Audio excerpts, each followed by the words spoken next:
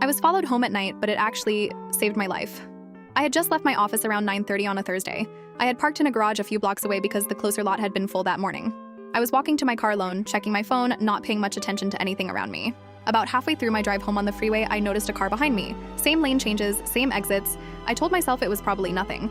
Then it stayed with me through a merge that made no logical sense unless someone was specifically following me.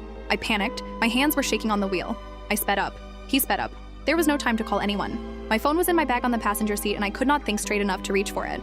Then the car flashed its headlights at me. Once, twice, then repeatedly, insistently, in a pattern that did not feel threatening so much as urgent. My mind was screaming at me not to stop, but something else in me, something underneath the panic, told me this was different. I pulled onto the shoulder of the freeway. He pulled in right behind me. A man in his 40s got out with his hands raised, walking toward my window slowly, telling me over and over that he was not going to hurt me. He needed 30 seconds. He told me there was something spray painted on the back bumper of my car. Gang symbols, a specific tag he recognized from years of working security in that part of the city. He told me that tag meant one thing in the circles he had worked around. It meant the car had been rigged. He told me he had seen the mark on my bumper as I pulled out of the parking garage, and he had followed me the entire way trying to figure out how to warn me before I drove home.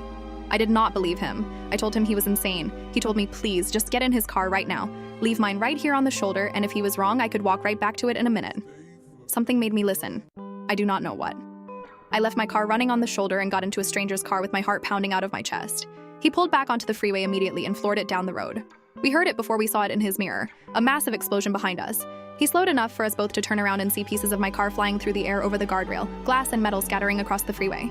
I would have been in that car for another 4 minutes if he had not pulled me over. I would have pulled into my own driveway. My husband and my 2 children were home, asleep, waiting for me. The police told us later that the device had been triggered remotely, tied to a case they had been building against a group operating in that part of the city.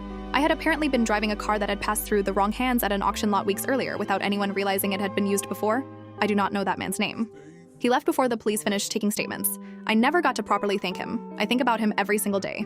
He did not just save my life, he saved my entire family. If you liked this video, please subscribe for more daily videos. It really helps me grow.